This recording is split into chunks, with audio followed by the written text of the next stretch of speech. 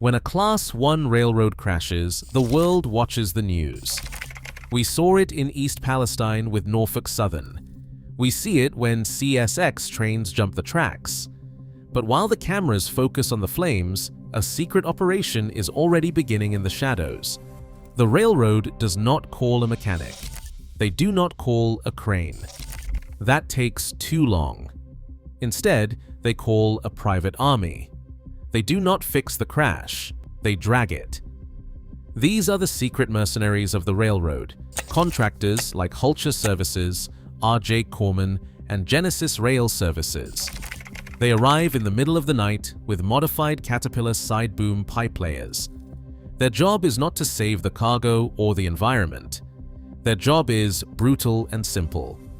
They wrap a chain around the wreckage and drag it into the ditch. They treat million-dollar EPA Tier 4 locomotives like dead weight. It is violent, it is ugly, and it is the only way to clear the line before the economy chokes. Why does the railroad pay these men to destroy their own trains just to clear a path? The clock starts the second the main line goes down.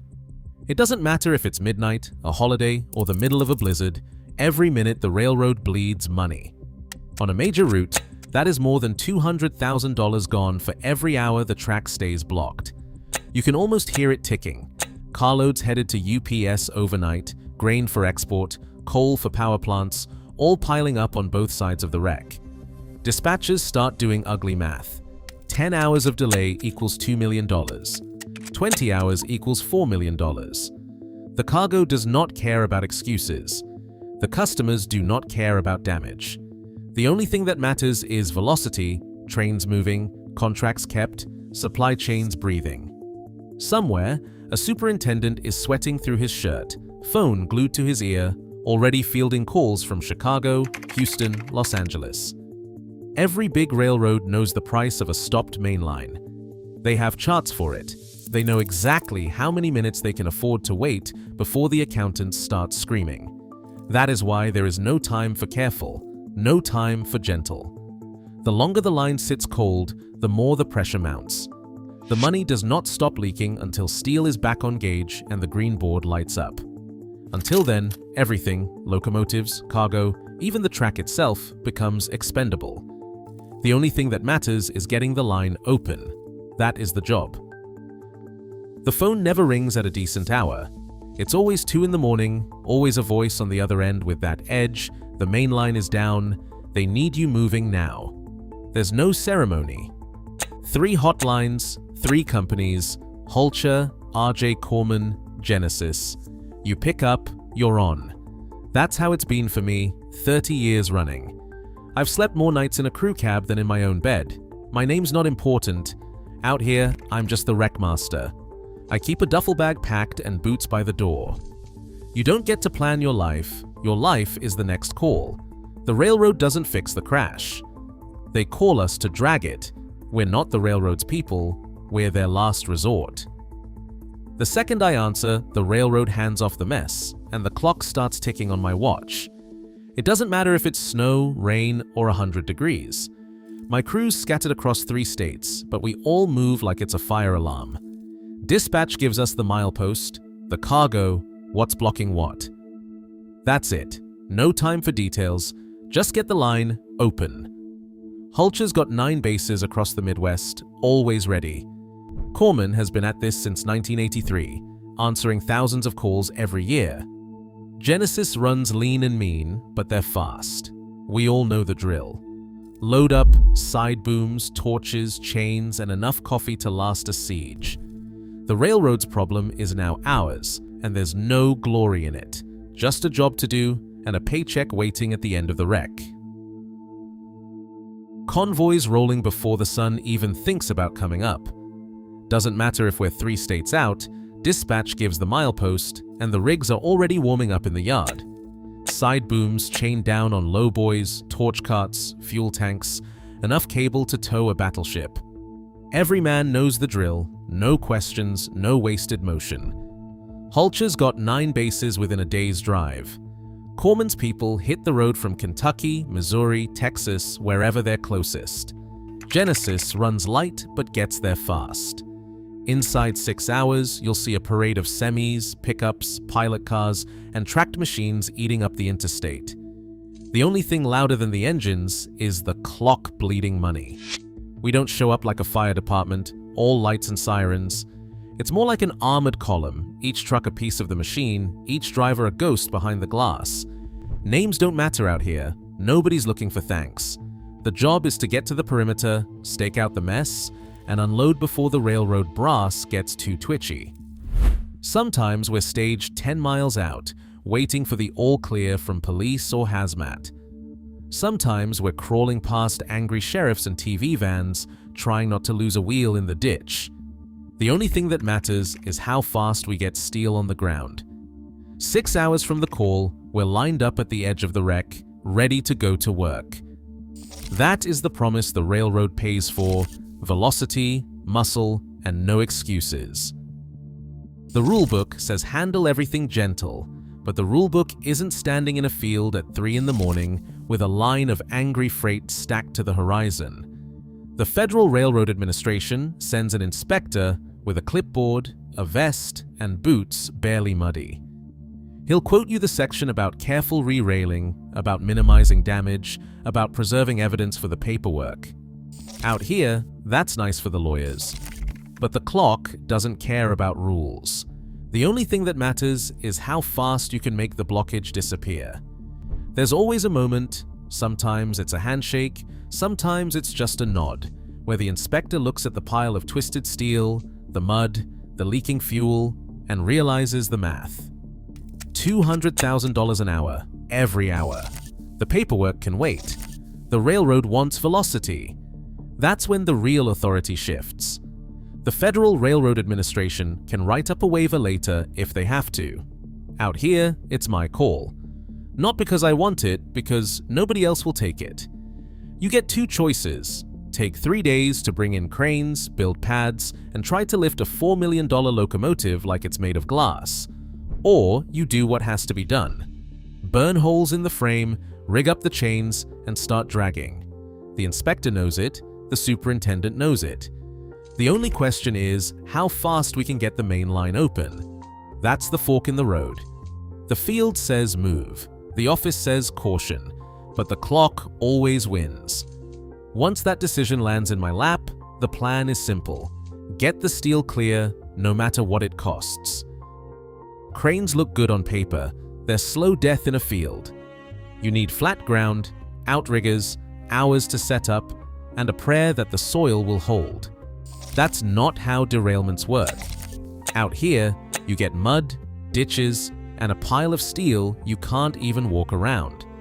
That's why every serious contractor runs side booms, Caterpillar 583s, tracked monsters built for pipeline jobs, but born for this kind of mess. No tires, no outriggers, no waiting on a geotech report. You just drive straight in, drop the boom, and go to war with the wreck. Each side boom weighs close to 50 tons, steel tracks wide as a man's shoulders. They crawl over ballast, mud, even standing water. The lift isn't about height, it's about brute pull. One machine can deadlift over 60 tons, but nobody's dumb enough to go solo on a locomotive. You run them in packs, 4 or 5 at a time, each chained to a different part of the frame.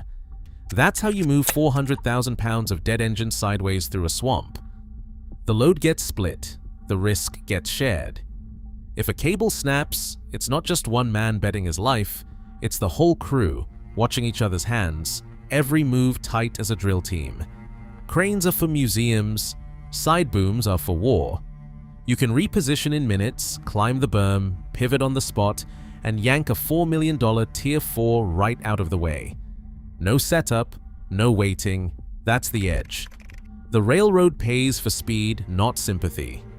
The faster you move, the sooner the line breathes again. That's the only thing that matters. Rigging starts before the machines even stop rolling. You've got 4 side booms, each one 40 tons of tracked steel crawling into position around the carcass of a locomotive. No radios, no shouting, just hand signals. That's the rule. 1 gloved hand up means hold. 2 means take slack. A fist means you're about to pull $500,000 of chain tight, and if anybody's not watching, somebody dies. Every chain gets threaded through anchor holes burned in with a torch because there's no factory hook points on a wrecked engine.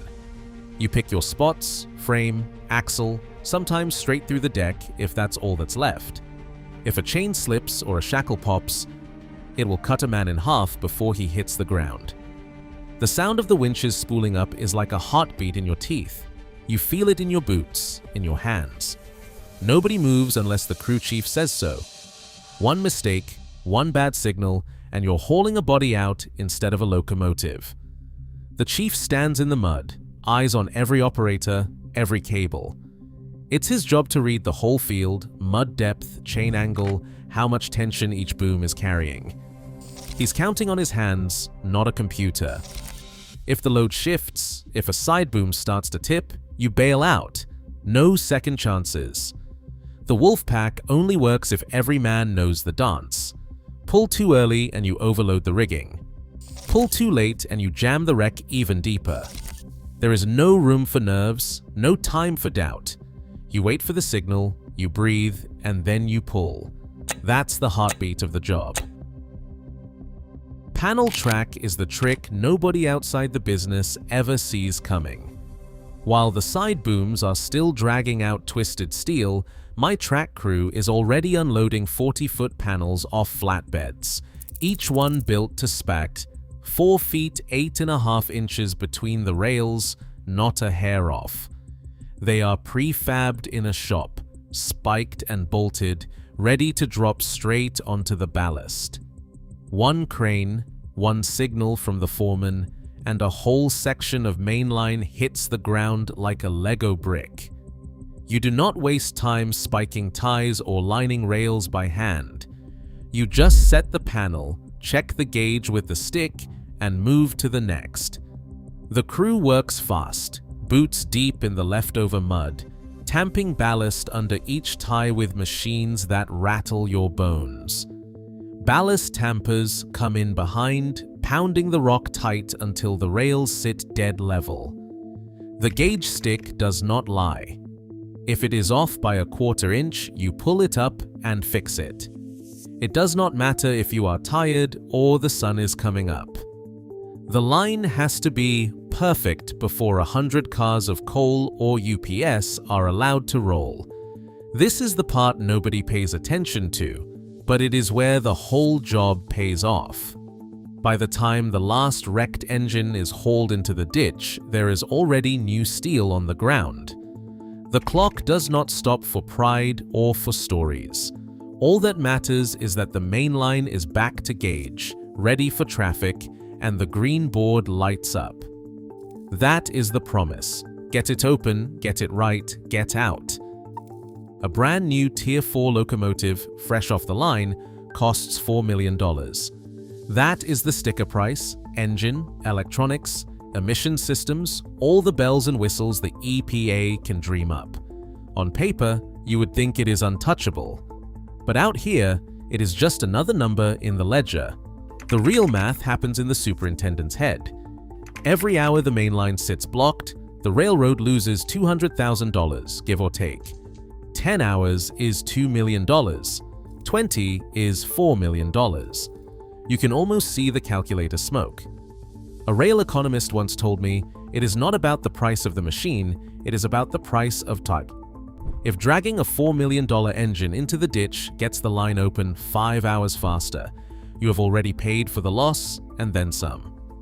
The cargo waiting on both sides, the UPS trailers, the coal for the power plant, the grain for export, none of it cares about the hardware. The only thing that matters is velocity. The remediation bill comes later. Diesel in the dirt, torn up track, maybe $1 million or $2 million for cleanup. But the railroad's balance sheet is built for that. Insurance pays out, contractors haul away the mess, and the line goes green again. The math is cold, but it is honest. You do not get paid to save locomotives. You get paid to get trains running. That is the verdict every time. If it is in the way, it is gone. The flow is king. Everything else is just steel and oil.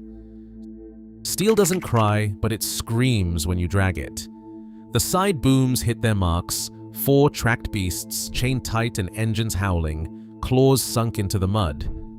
I give the hand signal. Every operator leans in, eyes on my fist, waiting for the pull. The first lurch is pure violence. Chains groan, frames twist, and a $4 million Tier 4 locomotive starts to roll sideways, paint peeling, axles snapping, emissions gear ripped clean off. The fuel tank does not stand a chance. 5,000 gallons of diesel grinding against ballast, spilling hot and fast into the ditch. The air fills with the stink of burning oil and the hiss of hydraulic fluid bleeding out. No time to mourn it. That is just the cost of doing business. The hazmat crew moves before the engine even stops sliding. Absorbent booms unspooled, shovels in the dirt, containment pads slapped down to keep the diesel from running into the creek. There is an environmental consultant on site, clipboard shaking in his hands, barking about groundwater and EPA fines. I do not argue. My job is to keep the mess from spreading while the next machine lines up for the next drag. Every move is a trade-off, speed buys you hours, but every hour spills a little more into the mud. By the time the last hulk lands in the smoking ditch, the panel track is already coming in behind us. 40-foot sections dropped in like nothing happened. The line is clear.